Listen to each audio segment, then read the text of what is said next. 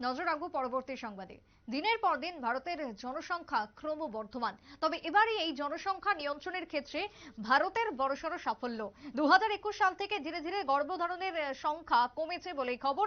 2050 সালে গিয়ে দাঁড়িয়ে গর্ভধারণ ক্ষমতার হার আরো কমবে বলেই জানা যাচ্ছে। কথা বলবো এই মুহূর্তে টেলিফোন লাইনে রয়েছে প্রতিনিধি অঙ্কিতা বর্ধন। অঙ্কিতা, জনসংখ্যার ক্ষেত্রে ভারত তো রীতিমতো চীনকেও ছাড়িয়ে যেতে বসেছে, সেই জায়গাতে দাঁড়িয়ে এবার নতুন ভাবে সাফল্য ভারতের। আগামী দিনের জন্য কি পদক্ষেপ ভারতের? তুমি দেখো, বিশ্বের সব থেকে জনবহুল দেশ হচ্ছে ভারত। তবে সম্প্রতি একটি মেডিকেল জার্নাল ল্যান্সেটে একটি সমীক্ষা প্রকাশ করা হয়েছে। আর ভারতে জনসংখ্যার বৃদ্ধির হার ক্রমাগত কমতে শুরু করেছে। সেই রিপোর্টের দিকে যদি আমি একবার দেখি, তবে দেখা যাচ্ছে যে ভারতে 1950 সালে প্রজনন হার ছিল 6.2, যা 2021 সালে নেমে গিয়েছে 2 এর নিচে। রিপোর্টে দাবি করা হয়েছে যে ভারতের প্রজনন হার হ্রাসের এই সময়কাল কিন্তু অব্যাহত থাকবে। অর্থাৎ এইভাবে চলতে থাকলে 2015 সাল নাগাদ ভারতের প্রজনন হার দাঁড়াবে 1.3। আপাত দৃষ্টিতে যদি মনে হতে পারে যে ভারতের প্রজনন হারের এই পতন দেশের জন্য কল্যাণকর, এতে জনসংখ্যা নিয়ন্ত্রণ হবে, জনবিস্ফোরণ হবে না, তা যেমন একদিকে ঠিক, তেমনি এই প্রজননের হার হ্রাস একাধিক অসুবিধাও কিন্তু রয়েছে।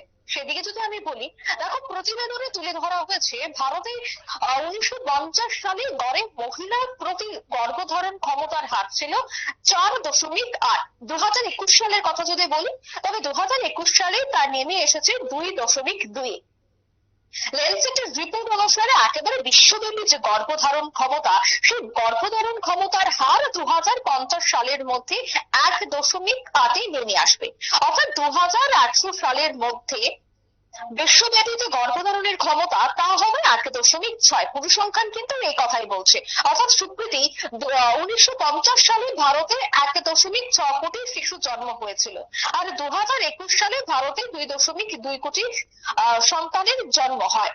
আর প্রতিবেদনের পূর্বাভাস অনুসারে জানা গেছে যে 2050 সালে ভারত মাত্র 1.3 কোটি শিশু জন্মগ্রহণ করবে।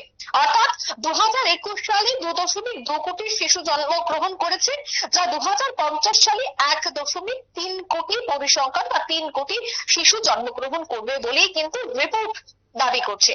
আর সেই সমীক্ষা অনুসারে 2021 সালে বিশ্বব্যাপী 12.9 কোটি শিশুর জন্ম হয়েছে।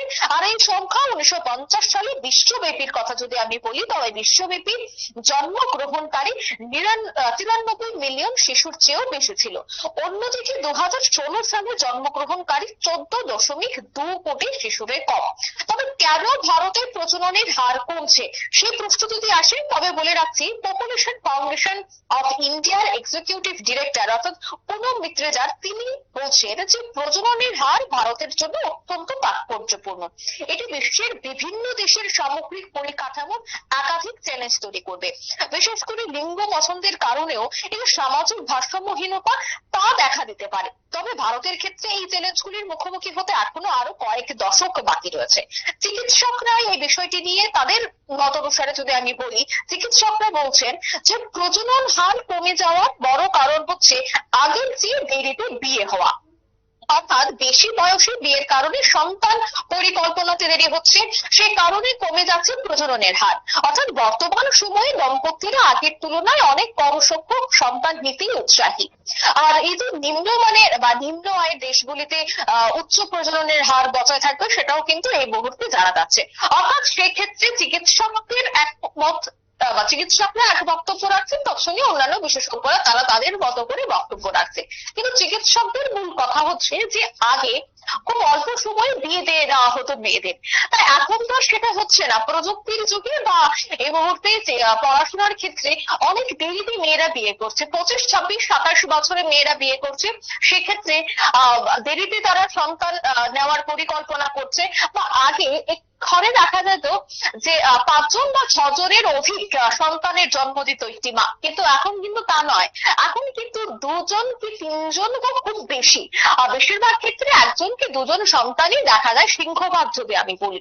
তাই সেক্ষেত্রে এই সমস্ত ঘটনা, অর্থাৎ বিয়ে দেরিতে হওয়া বা সন্তান বেশি না নেওয়া, এই যে পরিকল্পনাগুলো প্রত্যেকটা জিনিসকে মাথায় রেখে এই মুহূর্তে যে জনবিস্ফোরণ বা জনসংখ্যার হার যেভাবে বৃদ্ধি পাচ্ছিল তা কিন্তু রীতিমতো এবার কমতে শুরু করেছে।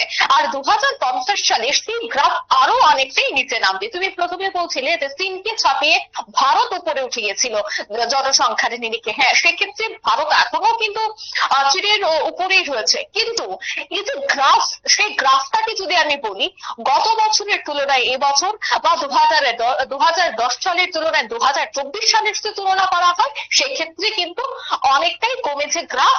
অর্থাৎ জনসংখ্যা ধীরে ধীরে কমছে, প্রজনন ধীরে ধীরে কমছে, এমনটাই কিন্তু রিপোর্ট বলছে। সুপ্রীতি। একেবারেই অনেক ধন্যবাদ অঙ্কিতা, তোমায় কথা বলছিলাম আমাদের প্রতিনিধির সঙ্গে। তবে সেই জায়গায় দাঁড়িয়ে ভারত আগামী দিনে অর্থাৎ 2050 সালে গিয়ে দাঁড়িয়ে জনসংখ্যার ক্ষেত্রে অনেকটাই কম হবে ভারতের যে রিপোর্ট বা যে সমীক্ষা এখন এই মুহূর্তে দাবি করছে। ছোট্ট একটা বিরতির পর ফিরবো, সঙ্গে থাকুন।